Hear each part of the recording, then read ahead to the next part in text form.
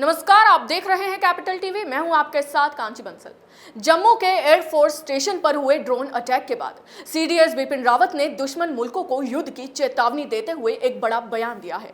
लेकिन जम्मू के air force station पर हुए ड्रोन अटैक के बाद एक बड़ा सवाल ये उठता है कि क्या ड्रोन और एंटी ड्रोन तकनीक अपनाने में भारत पीछे है।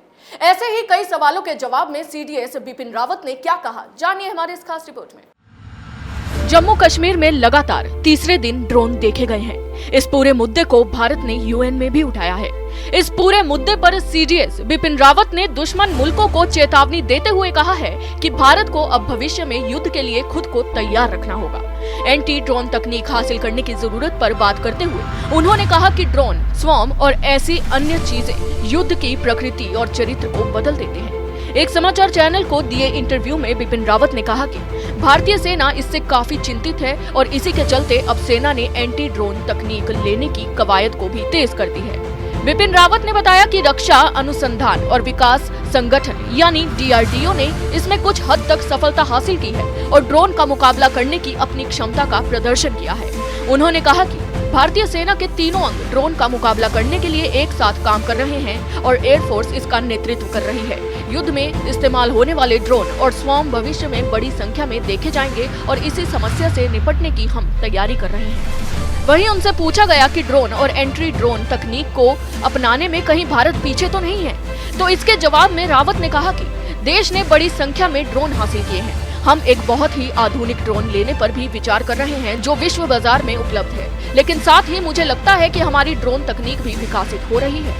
दरअसल सीडीएस रावत का कहना है कि ये एक आसान तकनीक नहीं है, क्योंकि भारत के पास अपने विमान का इंजन बनाने के लिए तकनीक की कमी है, लेकिन उन्हें लगता है कि भारत सही दिशा में आगे बढ़ रहा है। आपको बता दें कि बिपिन रावत ने इस बात पर जोर दिया कि भारतीय वायुसेना को ड्रोन तकनीकों के बारे में पता है, क्योंकि वे अब युद्ध का भविष्य हैं। उन्होंने कहा कि हमें लड़ाकू प्रणालियों के रूप में भी ड्रोन प्राप्त करना चाहिए, लेकिन साथ ही हमें इसका मुकाबला करने के लिए तकनीकों को विकसित करने की भी आवश्यकता है। इस तकनीक पर दुनिया भर में काम किया जा रहा है और हर किसी के पास ये तकनीक उपलब्ध नहीं है। जनरल बिपिन रावत ने कहा कि इन ड्रोनों को नीचे लाने के लिए इलेक्ट्रॉनिक तकनीक विकसित करना अधिक महत्वपूर्ण है।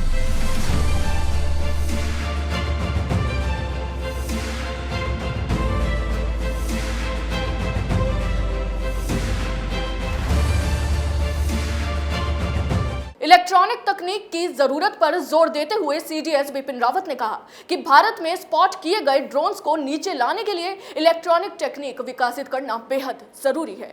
अभी के लिए बस इतना ही। आप देखते रहिए कैपिटल टीवी। नमस्कार। अगर आपको हमारा वीडियो पसंद आया हो तो इसे लाइक करें, हमारे चैनल को सब्सक्राइब करें और हाँ, बेल आइकन दबाना ना भूलें ताकि आप तक हमारे वीडियो की नोटिफिकेशन पहुंचती रहे। आप अपना सुझाव हमें कमेंट बॉक्स में दे सकते हैं। हमारे साथ जुड़ने के लिए शुक्रिया।